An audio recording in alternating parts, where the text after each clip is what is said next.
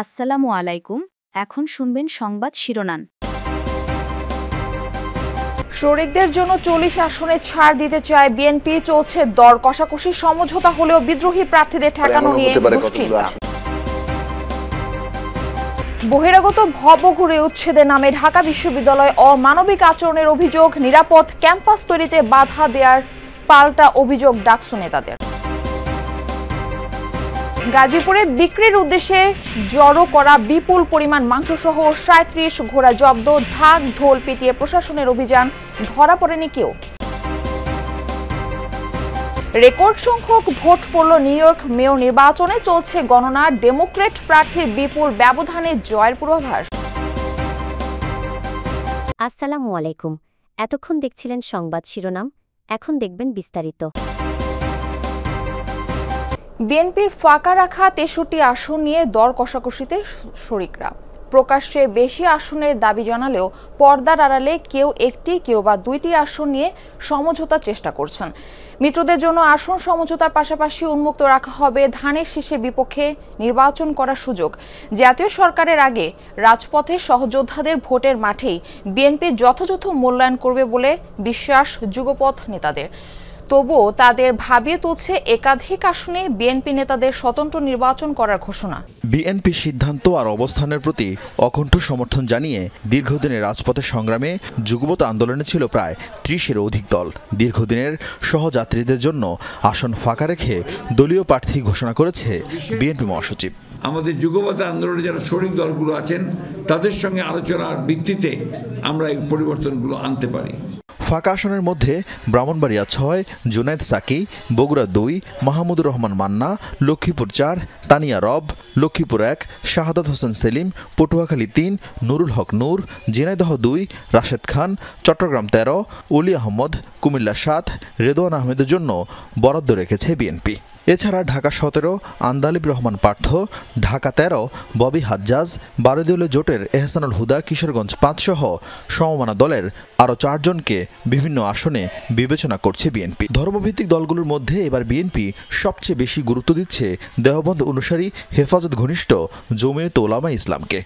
জোট সঙ্গীদের জন্য প্রত্যাহার হতে পারে মুন্সিগঞ্জ 1, কুষ্টিয়া 2 ও ঢাকা 12 আসন থেকে বিএনপির দলীয় মনোনয়ন। এছাড়া এনসিপির সাথে সমঝোতা হলে 5টি আসন ছাড়তে পারে বিএনপি।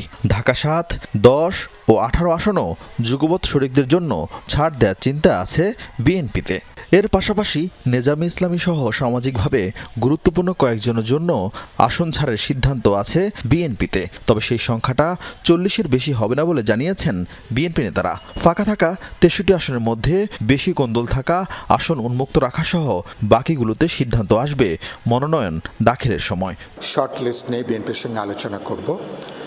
মঞ্চের শীর্ষ নেতা তো বটেই, এর বাইরেও তো মঞ্চের গুরুত্বপূর্ণ নেতৃবৃন্দ আছেন, সংগঠক আছেন, যারা আগে নির্বাচন করেছেন। যখন শরিক দিনে চলতে হবে তখন আপনি বড় অংশীজন হিসাবে বড় স্যাক্রিফাইসটা তো অবশ্যই বিএনপিকে করতে হবে। আর এমনও হতে পারে কতগুলো আসনে ওপেন থাকবে যেখানে উভয় দলেরই প্রার্থীরা নির্বাচন করতে পারবেন। তো সেইভাবে আমরা পদ্ধতিগতভাবে বিষয়টিকে এগিয়ে নিয়ে যাওয়ার চিন্তা করছি।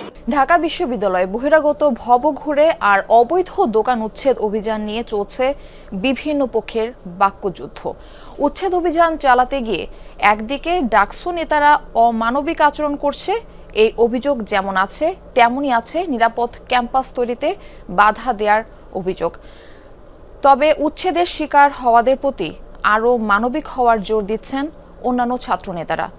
শাকিল হাসান টিএসসির এই জায়গায় ব্যবসা করে গেল 20 বছর ধরে সংসার চলছে তার। সম্প্রতি ডাকসু ও বিশ্ববিদ্যালয় কর্তৃপক্ষের অবৈধ দোকান উচ্ছেদের মাঝেও তার বুকে ভর আছে অনুমতি থাকায়। যারা 2008 সালের আগে এখানে আইছে তাদেরকে কিছু দোকান দিচ্ছে, 11টা দোকান দিচ্ছে। তারা বলছে যে কাগজ কলমে লিখে দিব যে 11টা দোকান পারমিশন দিব, কাগজ টাগজ দেয় নাই। ক্যাম্পাস থেকে ভবঘুরে অবৈধ দোকান উচ্ছেদের পর এখনও বিচ্ছিন্নভাবে বেশ কিছু ভ্রাম্যমাণ দোকান রয়েছে ক্যাম্পাস জুড়ে। পেট চালানোর দায়ে উচ্ছেদ অভিযানের ভোগান্তি নিয়ে কথা বলতে রাজি নয় তাদের কেউই। নির্বাচনের 2 মাসের মাথায় বিশ্ববিদ্যালয় প্রশাসনের সমন্বয়ে উচ্ছেদ অভিযান শুরু করে ডাকসু নেতারা।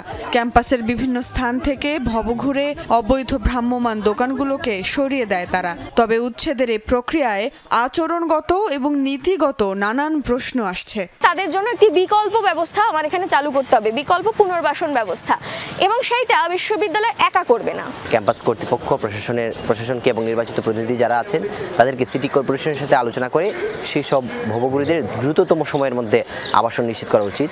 ডাকসু নেতাদের দাবি পুনর্বাসনের প্রস্তাব দেয়া হলেও মানতে নারাজ আস্তানা গেড়ে বসা এসব ভবঘুরেরা। আমরা অভিযান পরিচালনা করার আগে আমরা মিনিস্ট্রিগুলোর সাথে বসছি, বিভিন্ন এনজিওর সাথে বসছি, আমরা বসে তারপর অভিযানে গিয়েছি। এমনও হয়েছে আমরা কাউকে অ্যাপ্রোচ করেছে যে আপনাদেরকে আমরা সমাজ কল্যাণ মন্ত্রণালয়ের আন্ডারে বা অন্য কোনো মিনিস্ট্রির আন্ডারে বা এনজিও আন্ডারে যে পুনর্বাসন প্রকল্প সেখানে পাঠাবো, আপনারা যাবেন কিনা?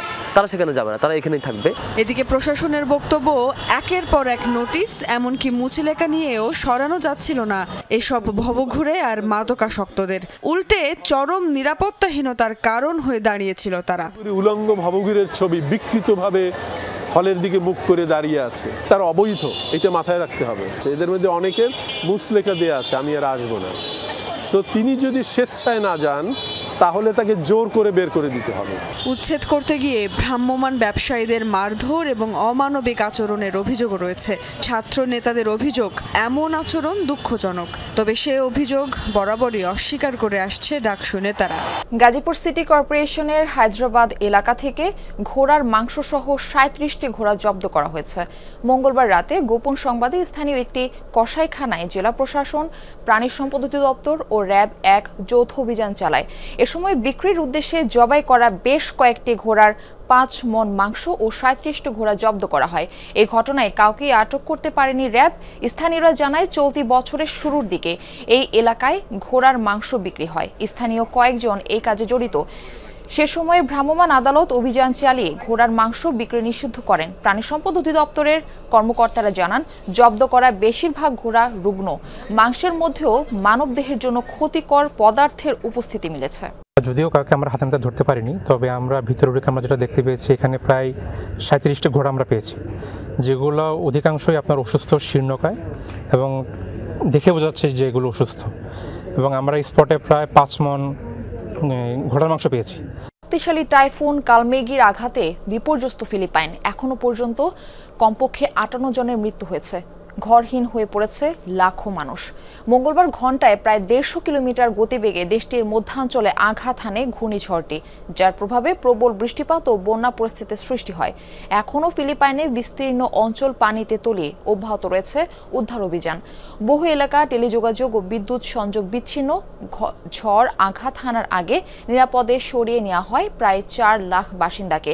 বর্তমানে শক্তি খুইয়ে ভিয়েতনামের দিকে অগ্রসর হচ্ছে টাইফুনটি। নিউ ইয়র্কের মেয়র নির্বাচন শেষ হয়েছে, ভোট গ্রহণ চলছে গণনা। আগাম ভোট সহ রেকর্ড 20 লাখেরও বেশি বাসিন্দা ভোট দিয়েছেন এবারে, যা 3 দশকের মধ্যে সর্বোচ্চ। কুইন্সের একটি ভোট কেন্দ্রে ভোট দিয়েছেন এবারের সবচেয়ে আলোচিত মেয়র প্রার্থী ডেমোক্রেট দলীয় জোহরান মামদানি। ম্যানহাটনে ভোটাধিকার প্রয়োগ করেছেন নিকটতম প্রতিদ্বন্দ্বী ও স্বতন্ত্র প্রার্থী অ্যান্ড্রু কুমো। মঙ্গলবার স্থানীয় সময় সকাল 6টায় শুরু হয় ভোটাভুটি। সবশেষ জরিপের তথ্য অনুযায়ী প্রধান প্রতিদ্বন্দ্বী অ্যান্ড্রু কুমোর চেয়ে 17 পয়েন্টের বেশি ব্যবধানে এগিয়েছিলেন জোহরান মামদানি। ধারণা করা হচ্ছে বিশ্ব রাজধানী খ্যাত শহরটি এবারের মেয়র নির্বাচনের ফলাফলে ব্যাপক প্রভাব রাখবে আগাম ভোট।